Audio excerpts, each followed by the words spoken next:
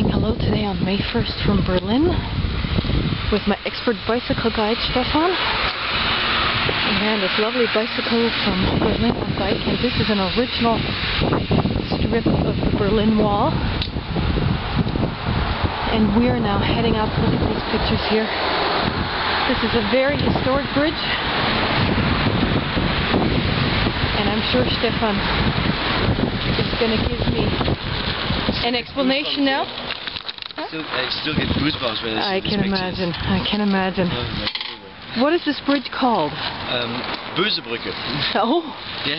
Really? Let me get off the bike. Named after Emil Böse. Oh, okay, so it doesn't mean... Yeah, because Böse means bad bridge. Mean, yeah, bad okay. bridge. It's not bad. But he was the place where the wall was opened. Really? It was kind of 11 o'clock on the 9th of November, 89. And you can see also the pictures, everybody was so happy and it was amazing. There were like 15,000 people were standing there. Uh-huh. And they were all peaceful, and they were just like 10, 12 soldiers, and they had no idea what to do. Yeah. And then this main soldier there, Harald Jäger is his name, he decided, okay, let's go. Yeah. We cannot do anything anymore. People were very happy. But the bit funny thing is, in Wedding, this area in West Berlin, there was kind of nothing.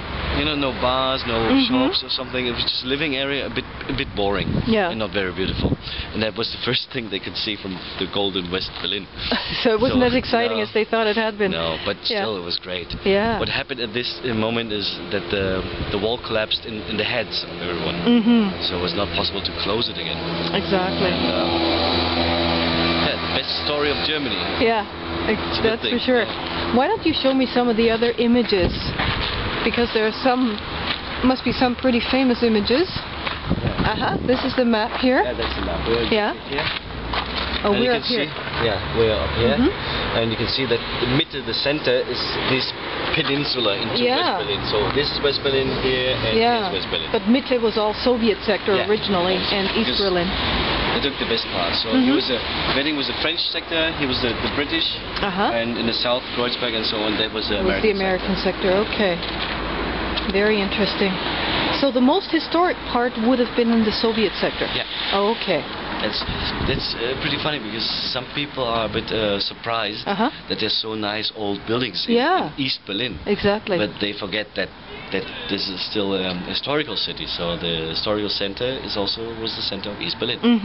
That's a bit confusing for some. But exactly. Especially on Gendarmenmarkt or all these things, Museums Island. The older buildings, and the dome. Even the on Gendarmenmarkt, these buildings were renovated during East German times.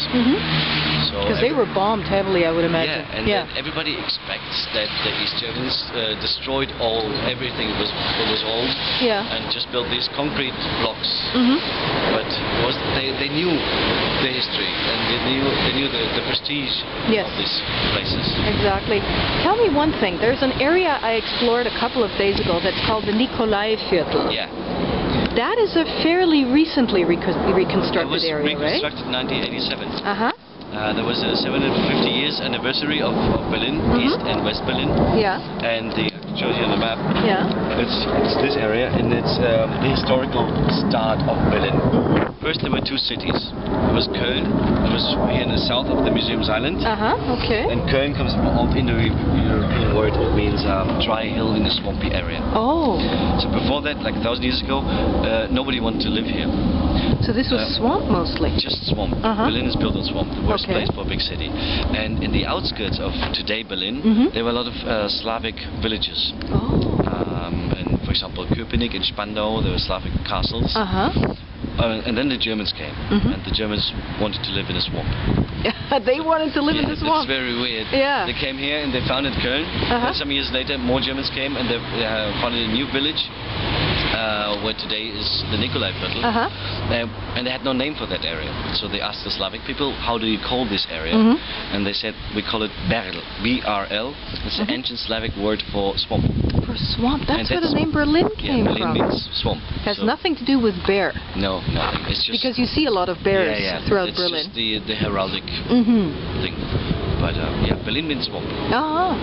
Okay, that's interesting. Thank you, Stefan. You're welcome.